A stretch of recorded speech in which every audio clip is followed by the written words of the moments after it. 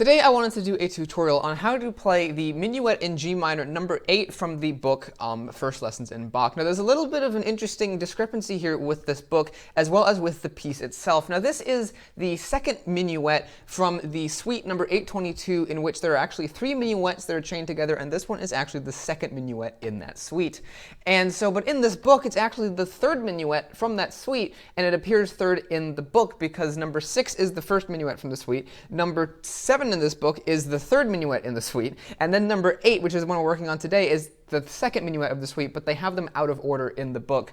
But this one is actually performed second in suite number 822, which is in G minor. So I just wanted to mention that in this book it's number 8, and it's the last minuet in this group of 3 here from this book, number 6, 7, and 8, but it's actually the second minuet from the suite. So that's just something I wanted to mention. It's the one in G minor, and it's the one that's very similar to the first one in G minor, except it's got the melodies of the hands switched. So number 6 in this book has a certain sound, which I will play just like so. It goes like this. That's the first 2 measures, and then if you listen to number 8, it goes like this.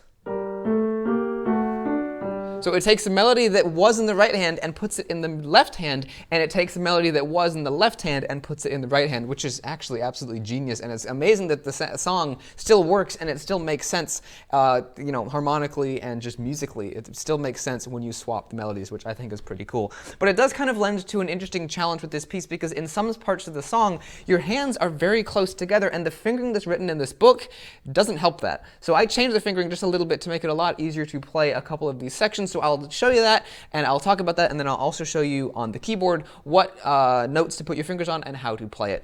Let's get started here. What I'm going to first do is I'm going to show you the sheet music. Then after that, I'm just going to walk you through that and just kind of show you anything strange or anything you might want to look out for in the sheet music. Then I'm going to show you the keyboard, and like I said, walk you through the piece and how to play. And then after that, I'm going to play the piece all the way through very slowly, so that hopefully some of you guys can follow along and even play along with the piece if you want to, once you kind of get to know the piece a bit. And one thing I wanted to mention before we get into showing you the piece and doing the actual tutorial is that I have a performance video on my channel. So if you're unfamiliar with this piece and you want to know how it goes, you can go check out that video, which definitely will help you. I find that listening to a piece before I actually learn it really helps me learn the piece better, because I can be familiar with it and I'll know when I'm playing it right, and I'll really know when I'm playing it wrong because I'll already know how it goes in my head. That's just something that can help. So if you want to go check that out, you can. But now let's get started here with the tutorial.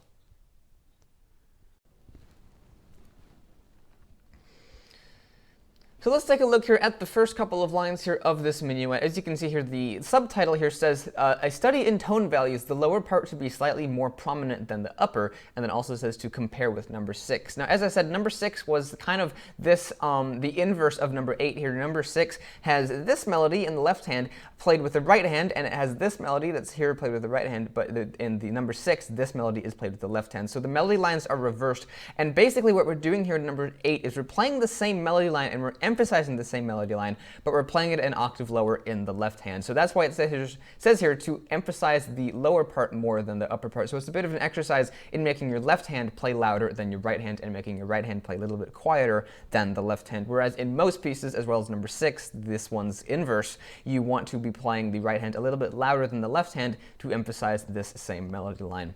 So that's something you want to watch out for. And another thing you want to watch out for in this piece is the accidentals. We've got a couple of F sharps here, as well as an E natural here. We've got the same kind of thing going on here, a couple of F sharps and E naturals. And there's more F sharps down later in the piece that you'll be seeing. I won't really mention them, but they're there, and that's just kind of one of the few things you have to watch out for in this piece is the accidentals. We also have lots of slurs in the piece. This piece is played very legato. It's very much like number 6. In fact, number 6 was a study in legato playing, if I remember correctly, and number 8 here is that, as well as the study of practicing the left hand louder than the right hand. Now, one thing you do kind of want to watch out for here in this piece is the fingering, because in a couple spots, mostly this one here that you find in the second line, as well as another spot later on in the piece, the fingering is really weird, and it doesn't make a whole lot of sense, because playing this pinky here on this D actually makes the piece very difficult to play in this one measure, but if you put a different finger on that note, it becomes very easy to play. And I'll show you why putting your pinky on that D makes it hard, and why putting a different finger on that D makes this measure actually just perfectly easy to play. So I'll demonstrate that for you in a little bit once we get down to the piano keys, but that is something you want to watch out for in this piece. Sometimes there's rather strange fingering, and so if you're finding that the fingering of this piece is making it uncomfortable or challenging to play, just try to see if there's an alternate fingering that you can play that makes it a bit easier to play, but still won't mess you up later on in the piece. Like if you play something in this measure, if you can still continue on in the piece just fine, just go ahead and change the fingering in that measure. So that's the first two lines of the piece. They're pretty straightforward. So let me show you the next couple of lines of the piece.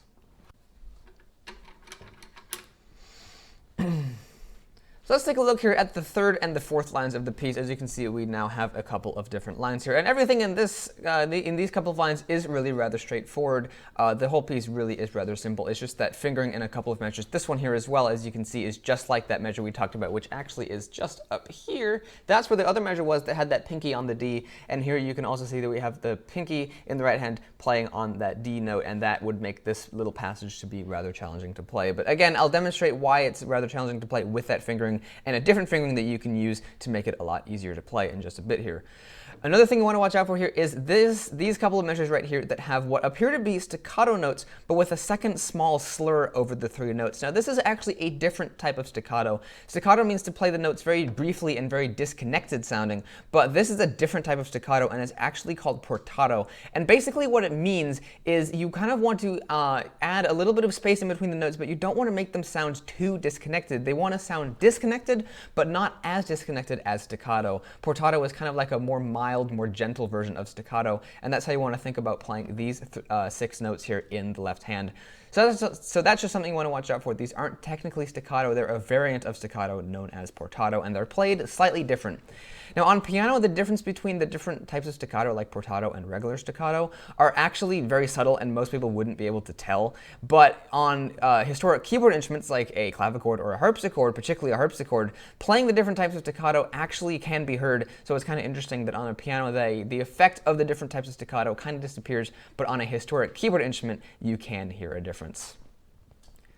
Now, everything here is pretty straightforward. There's nothing too crazy to watch out for. We've just got more slurs, some dynamics to watch out for, and actually just a couple of little accidentals in the whole 2 lines. So these 2 lines here are really pretty straightforward, and there's not a whole lot to watch out for. But one more thing before we move on to the very last line of the piece, which is really simple. We have this little bit here. Now this is just 2 notes being played together. There's not really too much crazy going on here. But again, the fingering here is really weird, and I changed it a little bit. As you can see, it has thumb on this F and thumb on that D there. And so I changed it a little bit. I still have thumbs there, but I actually switched which hand is playing which note to make it a lot easier to play. That might sound like a very simple change, but it was a very big change indeed. And again, I'll show you why that fingering change was important there, because the fingering that they have here, or at least what I believe that they have here, is rather strange. But anyway, let's move on to the very last line of the piece, and then I will get around to doing the tutorial and showing you what fingers to put on what notes. So down here at the bottom of the screen, you can see here we have the very last line of the piece. This is the one we were just looking at. It's still in the frame, but here is the very last line of the piece, and as you can see, it's really pretty straightforward. It's basically a lot like the first line of the piece, and what's kind of cool is actually this little passage from this measure right here to the end of the piece actually repeats 3 times. It appears in the first line of the piece, and it appears a second time right after the first line of the piece, and then it also repeats here. So if you know this section here, you know 3/4 of the entire piece, which is one reason that this piece is actually really rather easy, aside from the strange fingering. Once you learn this little passage here, these, 1, 2, 3, 4, 5, 6, 7, 8. Once you know these 8 measures, you then know 3/4 of the piece, and the only part you have to learn is these 4 measures you can see here, as well as another 4 that are up on this previous line that had those portato notes we mentioned earlier. Those are the only different section in the piece apart from this. So once you know this whole part of the piece, you basically know 3/4 of the piece, like I said a few times already. But it's the same as we already talked about. We've got a few accidentals. It's really pretty straightforward. We do have that same fingering we talked about earlier with that pinky on the D. It's a little bit strange, and again, I'll show you why it's a little bit strange in a little bit here. But now, let me move on to the piano keyboard. I'll have each line of the sheet music I'm working from on screen as well, so hopefully you guys can follow along, and it makes it a little bit easier to understand. So let's get into doing that. Let me show you the piano keyboard, and I'll walk you through the piece. So here we are at the piano keyboard, as you can see, and we also have the music here of the minuet up here that you can follow along with. So what we're going to want to do is start off the first measure here, measure number 1, with our pinky on this G and our middle finger on this B flat up here, and play them together. Then play 2 A's, then play this B flat with your middle finger as you play this G with your thumb, and that is the first measure. Now, the first note here of the second measure has something I actually forgot to mention when I was looking at the sheet music, and that is the strange looking fraction that is above the two notes there in the right hand. And basically what that means is the music is giving you options on which finger to play. You can play that F sharp there with either your second finger or your third finger. And then in the next note, you can play that G either with your third finger, which you do if you played the F sharp with your second finger. So if you wanted to play the bottom way of playing the notes, you'd play 2 on F sharp, 3 on G, or you could play it with your middle finger on F sharp and your fourth finger on G. And I like that method better because it leads into the next section better. If you have your middle finger on this G here in second measure, then moving on here to this part in the third measure gets kind of weird because you move your second finger to F sharp, your thumb to E natural, and then back up to F sharp, and then you have to like hop your thumb down to get to D, which if you play your fourth finger on that G here in the second measure, you don't have to do that. Everything's already there. So I just wanted to mention what the little fractions above the notes meant. Basically, the music is giving you options on what notes to play, and I kind of wish they did that more because in some sections up here, coming up in the piece here, you really should have options on which fingers to play because the way they have in the music is very strange. So let me show you here just how the second measure goes here. We'd want to play our fourth finger on this A here in the left hand as we play our middle finger on F sharp here, and we do that at the same time. Then we want to play our thumb on D in the left hand. And then we want to play our fourth finger here on this G in the right hand as we play our pinky on G in the left hand. Just like that. It's actually really rather simple. So now we're going to want to play A in the left hand. And that G in the right hand that you see there is actually tied. This is the beginning of measure 3. It's tied from the G beforehand, so you're not actually going to play it, but you're going to hold it for that note's duration when you're actually playing the piece at full speed. So after you play that A that's below the tied G at the beginning of measure number 3, you're going to want to play this D with your left hand, with your thumb, as you play this F sharp here in the right hand. Just like so. Then you're going to want to play E in the right hand with your second finger. Then you're going to want to play C in the left hand as you play the F sharp again. Just like that. Then you're going to want to play D, just like so. And now you're going to want to play this G here with your fifth finger. Then you're going to want to play A, the left hand, play B flat and D with your second finger here. Like that. We're in the fourth measure now. And then we're going to want to go up to C. And then we're going to want to do something rather strange. And there's not really a way to avoid this unless you wanted to play both of these notes with one hand. But what you're going to want to do is you're going to want to take your thumb in the right hand and reach it underneath the left hand to get to this G, which is right there. So without the left hand there, the right hand in the fourth measure goes like this. You have this G with your pinky, you have the D in the middle with your second finger, and then you have this G down here. But that kind of goes underneath of the left hand, which is doing this at the same time, as you can see. So you want to reach underneath and reach around to that G.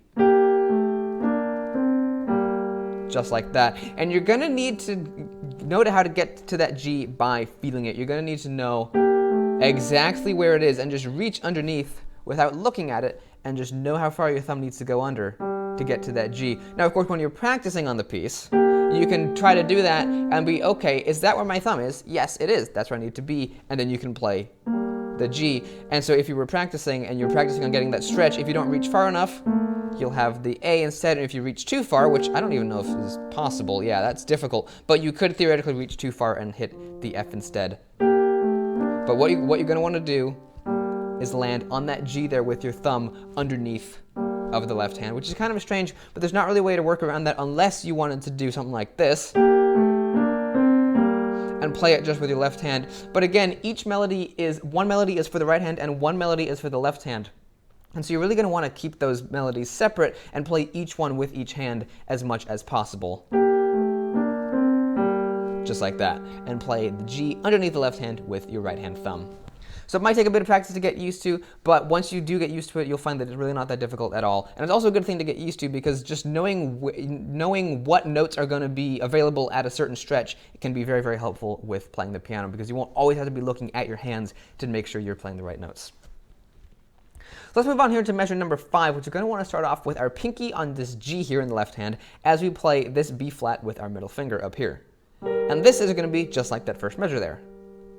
So then we're going to want to play fourth on left hand and second finger in right hand, both on A, and then just like that. And then we're going to want to play our fourth finger on this F sharp here. And then we're going to want to go up to D, and then play our pinky on G. Now the reason we want to play our fourth finger here on this F sharp in measure number 6 instead of our third finger, like we did here on measure number 2, is because of what's going to be coming up in the next line. So let me show you that.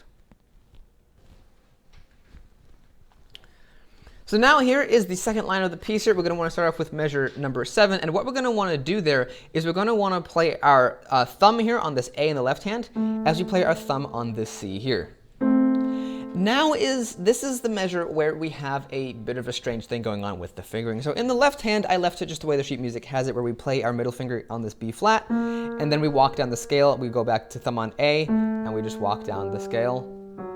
And then we want to play G on our first note in measure number 8. But in the right hand is where I change things up, because what the right hand has you do in the sheet music is play this thumb, play this C with your thumb, and then play the next note, which is D, with your pinky, which first of all is really strange, to play thumb and pinky next to each other. But sometimes you have to do that. But in this case, you really don't, because what we're doing here is the reason they want you to play pinky there is because from here, you walk just down the scale.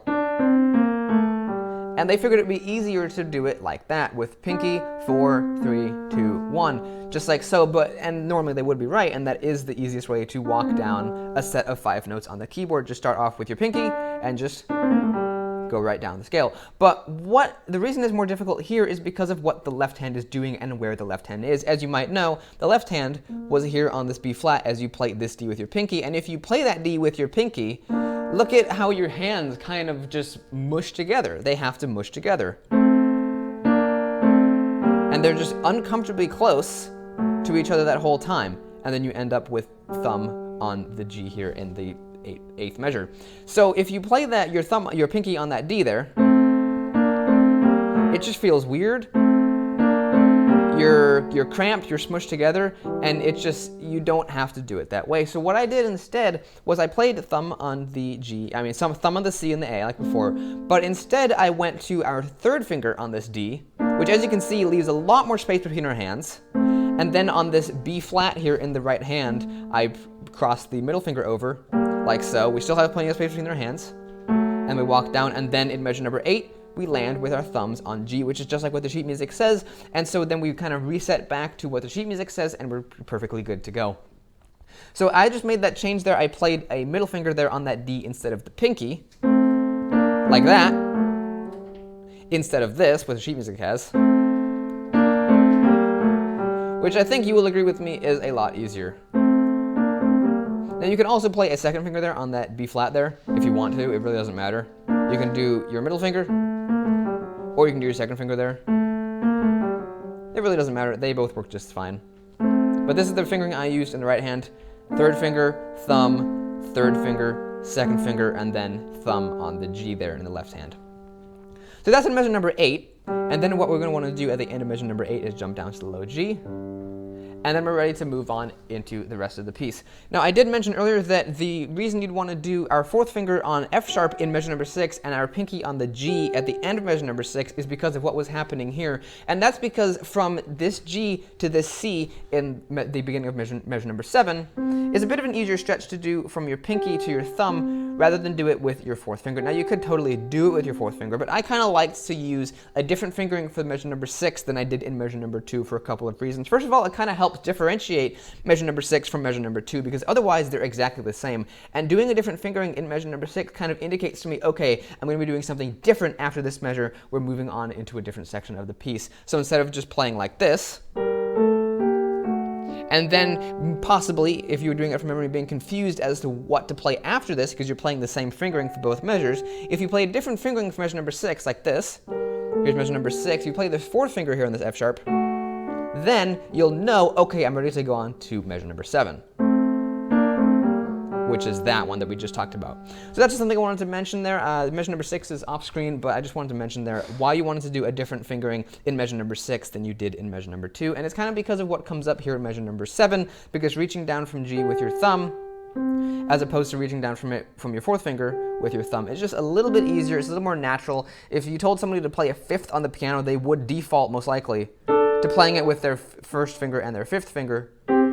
I mean, unless you were doing something like this, then you might want to do it with your fourth finger. But usually on white keys, when you play a fifth, you play it with your thumb and your pinky, at least I always do. So I always think of playing an interval of the fifth from this G to the C here in the beginning of measure number 7, just to be from pinky to thumb, and it was a little bit more natural. But now let's move on from measure number 8. We were talking about measure number 6 and 7 there for a bit, but let me move on to measure number 9 here, which is actually going to start off just like measure number 1. Just like so. We're going to want to play our third finger on F sharp here again, measure number 10, go up to D, and then play fourth finger on G, then play that A, which is going to have the silent G over it. We're in measure number 11 now. We're in measure number 12, measure number 13, which is going to be the same as measure number 5 from earlier on in the piece. And if we get the next line here out, which is going to be the third line of the piece, you'll still recognize the music.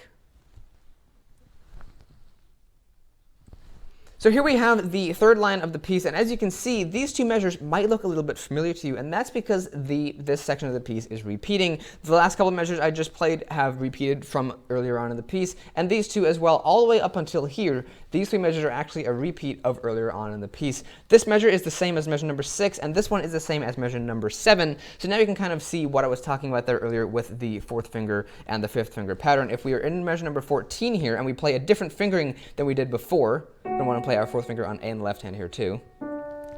If you play 4 and 5 on F sharp and G instead of third and fourth finger, first of all, it indicates to you that the next measure is going to be different than it was before, because this measure appears multiple times in the piece. If you play this different fingering, it can indicate, okay, we're going to be doing something different here, and also it just kind of leads a little bit better into playing this C down here with your with your right hand. That stretch I find to be a little bit more natural than playing this, although it totally will work, and if you find that to be more comfortable, you can go ahead and totally do it. There's nothing wrong with it, but I like to do my fifth finger on this G in the right hand, and then you want to play the thumb there with your C. You want to play this C with your thumb. I messed that up, but you want to play this C with your thumb in the right hand at the beginning of measure number 15, just like so. And then we also have that same strange fingering here where the sheet music wants you to play your fifth finger on the D in the right hand, but I like to play it with my middle finger, like so, because it's a lot easier. That was measure number 16, which was just like the measure we had before in the sheet music, which was 8. So now we're ready to move on to measure number 17, which actually starts to get different. This is the measure with that portato that I mentioned earlier in the left hand, which is basically like staccato, but a little bit more mild. You don't want to play it like this. You don't want to play them super disconnected. You want to play them more like... You want to have some separation between the notes, but you don't want to have them to be super disconnected sounding. So let's play measure number 17 here, which we're going to want to do by playing our fourth finger on this B flat as you play this G with our pinky. Then we're going to want to play that same B flat with our middle finger as we play this F. Then we're going to want to play B flat again in the left hand with our second finger as we play this E flat, just like so. Then we're going to want to play B flat again in the left hand as we play this D. Then play B flat and C with our thumb. And then we're going to want to cross our fourth finger over to get to B flat. So we're playing two B flats there at the same time in the end of measure number 18. And then from here in measure number 19, we're going to want to play this A with our middle finger as we play that C with our thumb. Then play D and B flat, just like so. Then play E flat and C. And then we're going to want to play D and B flat again. That's the beginning of measure number 20. And then in the right hand, we're going to want to walk down on A, and then on G with our second finger, and then 1 on F, and then 2 on E flat. And that is the end of the third line of the piece. Now, a couple of things I wanted to mention here. One of them is the reason that we're playing multiple fingers on the same note here for these two measures. And I've mentioned this before, so I'll just briefly go over it. Basically, when you're playing the same note over and over again in a piece, you want to get in the habit of playing it with different fingers, because if you were playing a piece that's very fast, playing a single note over and over again with different fingers is a lot easier than playing it with the same finger. And even though this piece is pretty slow and you don't need to change your finger on that B flat down here in measures 17 and 18, you should just get in the habit of doing it, because it's a good habit to instinctively do when you're playing a piece when you're playing a faster piece that has repeated notes like that. And another thing I wanted to mention here in measure number 20 is the fact that those notes down there in the bass clef are actually played with the right hand. As you can see here, this slur that's here starting in measure number 17 and going all the way into measure number 20, it continues even though the notes continue in the bass clef, and that kind of indicates to us that these notes, even though they're written in the bass clef, are actually supposed to be played with the right hand. And so you could play them with the left hand if you wanted to. You're playing this D here with your middle finger, and you could play them with your left hand.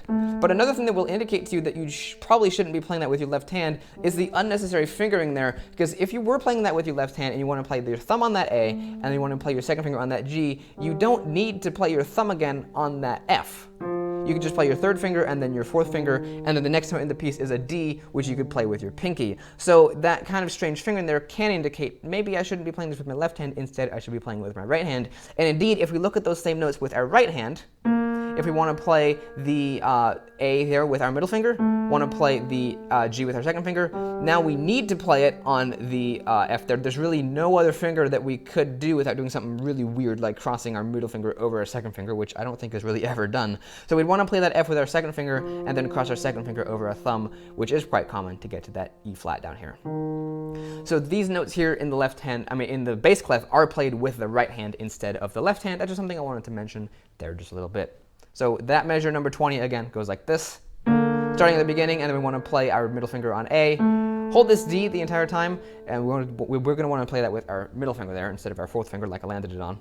So we're going to want to play fourth finger on B flat, and then A, G, thumb on F, and then second finger on E flat. And that is the end of the third line, so let's move on to the fourth line of the piece. Here's the very last line of the piece. As you can see here, we have that little fingering here with the fifth on the D that we recognized from earlier, where I said to play our middle finger on the D in the right hand, like that. That's at the end of the piece. And if you just look at it, you'll probably recognize certain elements of it from the beginning of the piece, and you probably will have recognized the sound of it from the beginning of the piece, especially if you watched the performance video. So, like I said, once you kind of know the first line and then a couple of measures of the piece, you then know 3/4 of the piece, and the only part to learn is that little spot from right around measure number 17 all the way up until I believe it was measure number, I think it was 24? Yeah, once you know that part, then you can just learn measure number 17 through measure number 24, and if you know that beginning part of the piece, you then know the piece all the way to the end. I hope you found this tutorial for this minuet to be very helpful. It's a really interesting piece with the melodies being switched from number 6, like I mentioned earlier at the beginning. And it's a kind of cool piece. It's actually rather simple, but at the same time, like I said, it does provide those interesting challenges because your hands are very close together, which isn't something you do a lot, but it is kind of cool. However, the notes are just the same as the first minuet in the suite, which is kind of cool. So this piece really isn't all that challenging, but at the same time it is a little bit challenging, if that makes any sense. It is a little bit challenging, but at the same time it's just simple notes, just like the first minuet of the suite. So if you can play the first minuet, you can also play this second minuet, or like I said in this book, the third minuet, but hey, whatever. If you can play the first one, you can play the second one, and it's totally easy. So hopefully you found this tutorial to be helpful. Again, if you want, you can go check out that performance video if you want to hear how the piece goes. And if you also want, you can go check out my channel, because I've got lots of cool videos of other tutorials of other Bach pieces, as well as cool reviews of really neat instruments like pianos, keyboards, harpsichords, organs, and other neat keyboard instruments. So if you want to go check any of that out, you can. If you want to subscribe, thank you very much. And if you do subscribe, make sure to hit the notification bell. And if you found this video to be helpful and you liked it, make sure to go ahead and give this video a like as well, because it really helps out me, myself, and the channel a lot. So if you do all that, thank you very much, and I'll see you in the next video. Goodbye.